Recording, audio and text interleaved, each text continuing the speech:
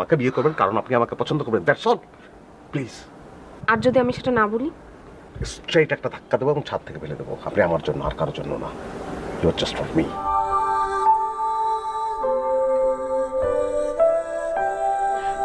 আচ্ছা ঠিক আছে, আপনি দরজাটা খুলুন, আমি যে বাবাকে বলছি। দরজা খুলবো কেন? বাবাকে যে বলছি আমি। কেন আপনি ও প্লিজ প্লিজ আপনি জানেন কি বলবেন, জাস্ট বললেই হবে, জাস্ট বললেই হবে।